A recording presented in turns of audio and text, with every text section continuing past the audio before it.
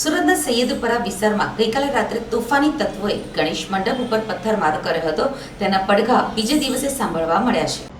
સુરત મહાનગરપાલિકા અને સુરત પોલીસે તોફાની તત્વોને પાઠ ભણાવતા જ્યાંથી પથ્થરમારો થયો હતો તેની આસપાસના ગેરકાયદેસર દબાણ કડકાઈથી હટાવી દીધા હતા. સુરતના સૈયદપુરા વિસ્તારમાં ગઈકાલે રાત્રે કેટલાક તોફાની તત્વોએ ગણેશ પંડાલ ઉપર પથ્થરો ફેંક્યા હતા. આ ઘટના બાદ મોટી સંખ્યામાં લોકો રોડ ઉપર ઉતરી આવ્યા હતા. ગણેશ મંડપ ઉપર પથ્થર ફેંકનારને પોલીસે ઝડપી પાડ્યા હતા. ત્યારબાદ બંને કોમના લોકો સામસામે આવી જતા મામલો ગરમાયો હતો.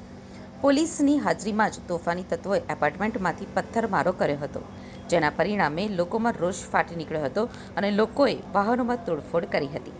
પોલીસે મામલો થાળે પાડ્યો હતો. જોકે લોકોનો આક્રોશ એટલો બધો હતો કે રાજકારણી અને પોલીસને પણ ધક્કે ચડાવ્યા હતા.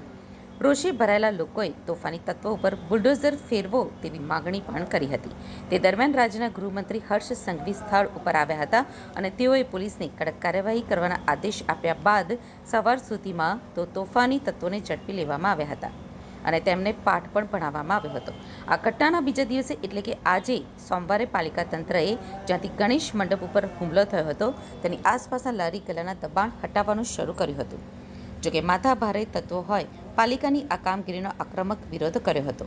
હાલ સ્થિતિ નાજુક હોવાથી સ્થળ ઉપર પોલીસ પણ હતી, જેને કારણે પાલિકા અને પોલીસે સંયુક્ત રીતે સૈયદપુરા પોલીસ ચોકીની આસપાસ જે ગેરકાયદેસર દબાણ કરવામાં આવ્યા હતા તેને દૂર કરવાની કામગીરી કરી છે.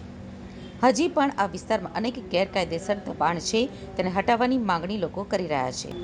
ફરીથી કાંકરી ચાળો ન થાય તે માટે ડ્રોન દ્વારા પોલીસની બાજ નજર રાખવામાં આવી રહી છે. સુરત મહાનગરપાલિકા 15 દિવસ પહેલાં જ સેન્ટ્રલ ઝોનના બધા જ કોર્પોરેટરો, સુરત મહાનગરપાલિકાના mayor, standing chairman, deputy mayor, commissioner, ઉચ્ચ અધિકારીઓની સાથે એક મિટિંગ કરી હતી. એ વિસ્તારમાં ખૂબ જ દબાણો છે, તેને દૂર કરવા સ્થાનિક કોર્પોરેટરની માંગણી હતી. ત્યારે જ અમે 15 દિવસ પહેલાં જ ઝોનલ ઓફિસરે ઝોનલ ચીફને ઇન્સ્ટ્રક્શન આપ્યું હતું કે આ વિસ્તારમાં જે દબાણ છે આવનાર સમયમાં દૂર કરવામાં આવે. તેના ભાગરૂપે આજથી આ મુવમેન્ટને ચાલુ કરવામાં આવી છે. તાત્કાલિક એક્શન લેવામાં આવ્યું છે? તાત્કાલિક એક્શન લેવામાં નથી આવી. 4 ઝોનની અમે મિટિંગ કરી હતી. વિવિધ ઝોનમાં પણ ગયા વીકથી કામ શરૂ થઈ ગયું છે. સેન્ટ્રલ ઝોને તેનું કામ આજથી શરૂ કર્યું છે.